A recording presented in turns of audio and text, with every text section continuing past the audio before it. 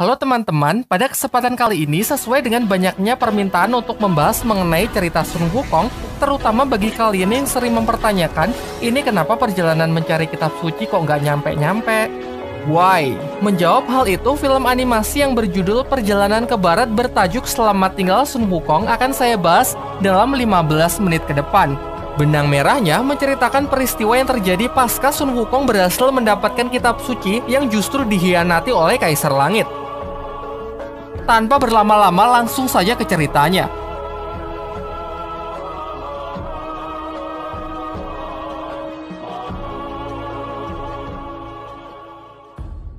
Pada suatu malam, Sun Wukong datang ke Istana Langit, yaitu tempat dari para dewa, untuk menemui putri dari Kaisar Langit yang bernama Su Yi. Pertemuan pertama mereka berlangsung di bumi, dan mereka pun juga saling menyukai. Namun sayangnya aksi Wukong diketahui oleh pasukan langit yang menganggap tindakannya ini melanggar aturan karena telah menerobos tanpa izin. Dalam sekejap ia pun langsung dikepung oleh 100.000 pasukan langit. Su Yi yang menyaksikan hal itu juga tidak bisa berbuat apa-apa karena sebenarnya ia juga bersalah sudah menjalin hubungan dengan orang luar. Ditunjukkanlah kekuatan Sun Wukong yang sangat luar biasa. Bahkan tim elit yang bernama 8 Jinggang sudah menyatukan seluruh kekuatannya dengan mudah bisa Wukong kalahkan.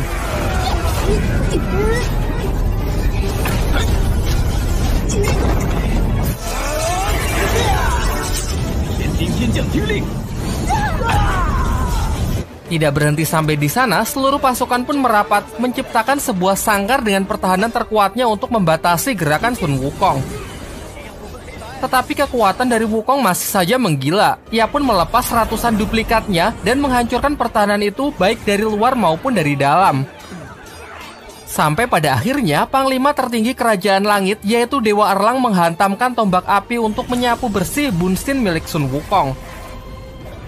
Pertarungan yang maha dahsyat antara dewa terkuat melawan sang kera sakti pun tak terhindarkan yang menggetarkan langit dan bumi.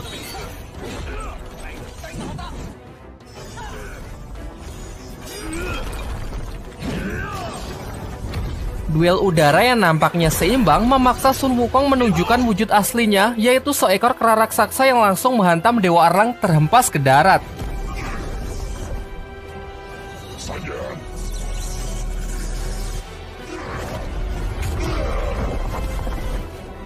Tak ingin kalah, sang dewa pun juga mengeluarkan kekuatan maksimalnya dengan menggunakan tombak api yang mampu memborbardir tempat itu. Serangan itu nyaris mengenai Su Yi yang tak jauh dari pertarungan mereka. Beruntung Sun Wukong masih sempat berbalik untuk membawanya ke tempat yang lebih aman dan meminta Su Yi menunggunya sampai semuanya berakhir.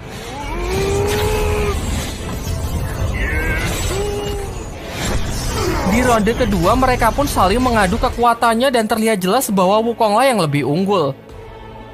Namun ini semua masih jauh dari kemenangannya. Secara mengejutkan, dari langit muncul cahaya keemasan yang menyerupai sebuah telapak tangan raksasa. Dan benar saja, Sang Buddha Agung dengan jurus tapak Budanya berusaha menghentikan pergerakan Sun Wukong.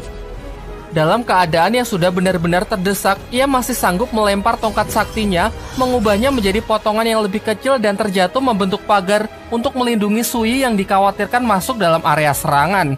Sun Wukong pun terlihat kewalahan menghadapi serangan yang sangat dahsyat itu, sehingga membuatnya kembali ke wujud manusianya dan harus menelan kekalahan. Akibat dinyatakan bersalah karena menjalin hubungan dengan bangsa dewa, menerobos Istana Langit, dan membuat kekacauan, Sun Wukong pun disegel di sebuah gunung yang bernama Gunung Lima Jari. Sampai pada suatu hari ada salah satu dewa yang mengunjunginya yang bernama Dewa Rulai. Dewa Rulai pun memulai percakapan dengan mengatakan kalau ia adalah guru dari Su Yi, sekaligus dewa yang melepaskan jurus tapak Buddha sebelumnya. Tujuannya datang ke sini hanya untuk mengajak Wukong bermain catur sambil menceritakan asal-usulnya bisa sampai di Istana Langit. Namun, Sun Wukong yang emosi menolak tawaran baiknya dan justru melancarkan serangannya untuk membunuh Dewa Rulai. Dengan perbedaan kekuatan yang sangat signifikan, Dewa Rulai dengan santai bisa mengelak dari semua serangan yang Wukong lancarkan, bahkan usahanya itu berlangsung selama berhari-hari tanpa bisa menyentuhnya sedikit pun. Sampai akhirnya Wukong pun memutuskan untuk menyerah, duduk tenang untuk bermain catur serta bersedia menceritakan masa lalunya. Jauh sebelum ia mengacaukan istana langit, ia adalah seekor siluman kera yang menjadi raja dari bangsa kera di sebuah tempat di bumi yang bernama Gunung Huakuo. Sampai pada suatu hari, Suyi turun dari istana langit untuk pertama kalinya dan menjadi awal pertemuan mereka. Suyi turun ke bumi hanya untuk jalan-jalan dan menemukan sebuah sungai yang tak pernah ia lihat di kerajaan langit sebelumnya. Lantas ia pun langsung masuk ke dalam air untuk bersenang-senang. Akan tetapi secara tak sengaja, telapak kakinya menyandung sebuah batu sehingga membuatnya terluka dan mengeluarkan darah. Ternyata bau dari darah segarnya memancing seekor piranha raksasa penghuni sungai itu untuk memangsanya.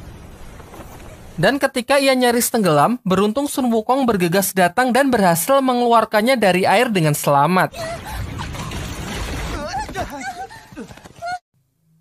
Singkat cerita, mereka pun saling berkenalan. Suyi mengatakan bahwa ia berasal dari Istana Langit dan ini menjadi kali pertamanya turun ke bumi. Sedangkan Sun Wukong juga menjelaskan kalau ini adalah Gunung Huakuo, tempat kediamannya. Sebagai tanda terima kasihnya karena sudah diselamatkan, Suyi pun mengumpulkan bunga-bunga indah di tempat itu untuk diberikan kepada Wukong. Tetapi dengan polosnya Wukong malah memakannya. Namun tak lama setelah itu, pasukan langit yang dipimpin oleh salah satu Jinggang datang untuk mencari Suyi yang ternyata pergi secara diam-diam. Wukong yang tak terima Suyi disalahkan, mengatakan kalau kebebasan adalah hak dari setiap makhluk hidup. Mendengar hal itu, Jinggang pun memerintahkan pasukannya untuk menyerang Wukong yang dianggap makhluk liar yang tak tahu aturan langit. Sayangnya tak semudah itu karena ternyata Wukong dapat menghajar para dewa itu dengan sangat mudah.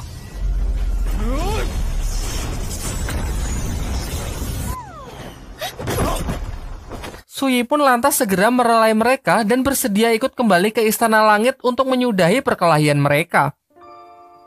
Kini di hadapan Dewa Rulai, Wukong pun mengaku bahwa membiarkan Suyi pergi pada waktu itu adalah penyesalan terbesarnya. Lanjut ke ceritanya, sejak pertemuan pertama mereka, Suyi sering sembunyi-sembunyi turun ke bumi hanya untuk menemui dan bermain bersama Sun Wukong. Banyak waktu mereka habiskan bersama untuk berkeliling menikmati pemandangan di Gunung Huakuo. Wukong juga mengajak Suyi masuk ke dalam sebuah gua yang merupakan tempat terindah di sana. Ia menceritakan sewaktu kecil ia sering sekali bermain di tempat ini. Wukong pun menyarankan agar Suyi tinggal di sini saja bersamanya untuk selamanya. Namun Suyi menjelaskan bahwa ia dilahirkan di Istana Langit. Ia tidak punya pilihan karena sudah menjadi takdirnya untuk tetap tinggal di sana. Suyi juga mengatakan kalau ia sangat menghormati ayahnya yang mengemban tugas mulia untuk menjaga cahaya kehidupan di dunia. Ia berharap suatu hari nanti Sun Wukong juga bisa menjadi dewa yang hebat untuk turun menjaga keadilan dan menegakkan kebenaran. Terakhir, Suyi memberikan bulu ekor pertama yang jatuh dari Lang Pao, hewan suci peliharaannya yang merupakan lambang dari perdamaian.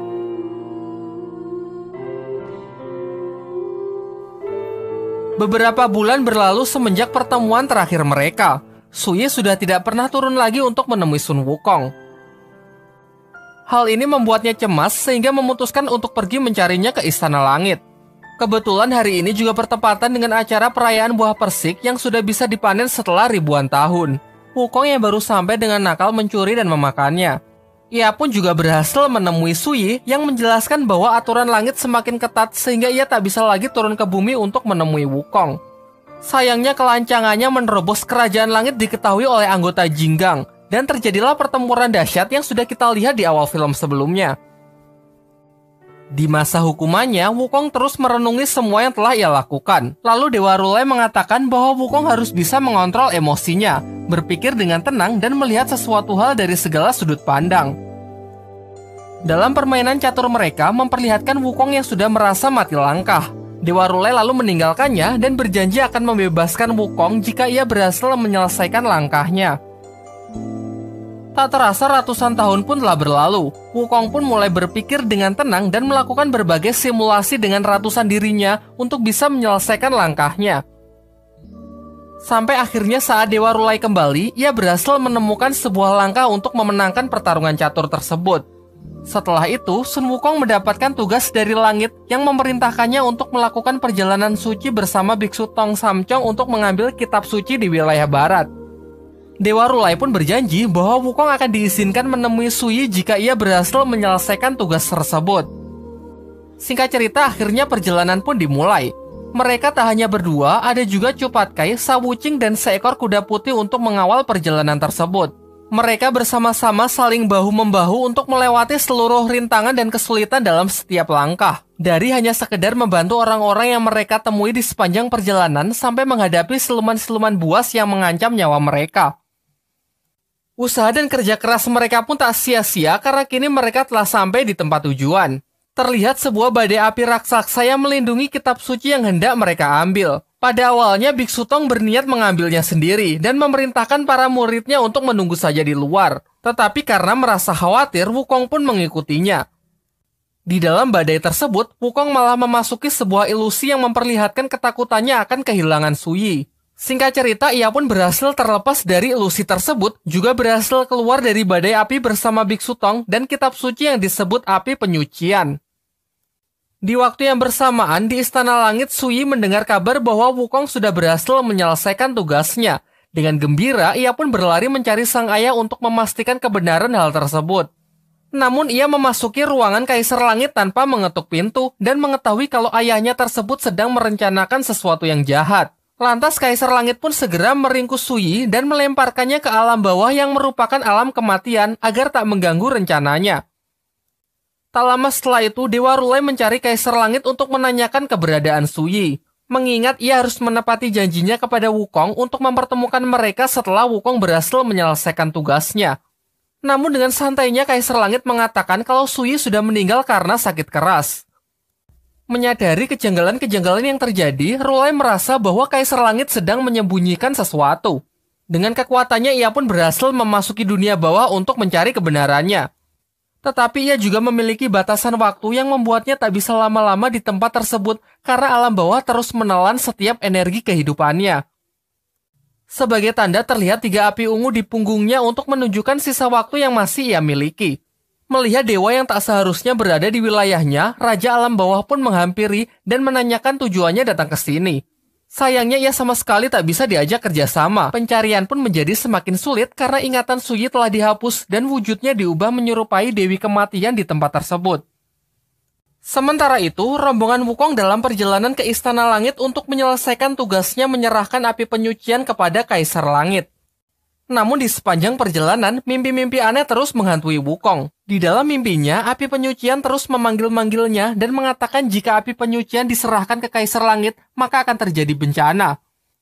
Namun Biksu Tong malah menyuruh Wukong untuk diam karena menurutnya mimpi itu dibuat oleh iblis untuk mengacaukan mereka. Sesampainya di alun-alun, mereka sudah disambut oleh Kaisar Langit dan beberapa petinggi kerajaan lainnya.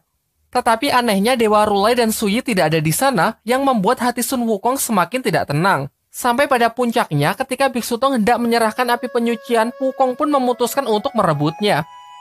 Sesuai dengan janji yang telah dikatakan sebelumnya, ia hanya akan menyelesaikan tugasnya jika dipertemukan dengan Suyi. Akan tetapi Kaisar Langit malah mengatakan bahwa Wukong sama sekali tidak memiliki kapasitas untuk bisa bernegosiasi. Ia justru memerintahkan orang-orangnya untuk merebut api penyucian itu dari tangan Wukong secara paksa. Setelah yakin kalau ada sesuatu yang tidak beres, Wukong pun menyimpan api penyucian tersebut ke dalam dirinya.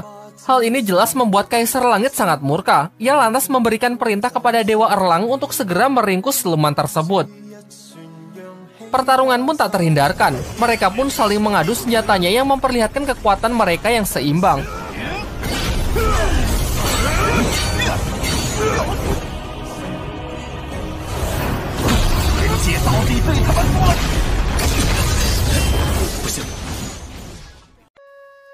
Lalu, Dewa Sangsin yang mengetahui kelemahan Wukong menyuruh Biksu Tong untuk membacakan mantra agar kekuatan Wukong melemah.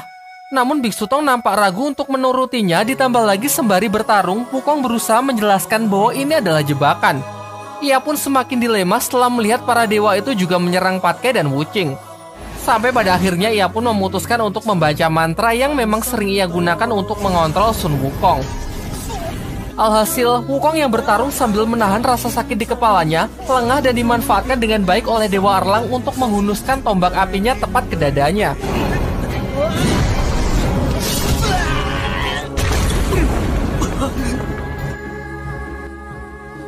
Hal ini membuat Sun Wukong terbunuh, meninggalkan api penyucian yang sudah terlepas dari tubuhnya. Terlihat dari kejauhan, tragedi ini juga disaksikan oleh Dewa Rule yang sama sekali tidak bisa membantu karena terikat dengan aturan langit. Meskipun jasadnya sudah mati, jiwa Sun Wukong yang dirasa masih sangat kuat disegel jauh di dalam samudera.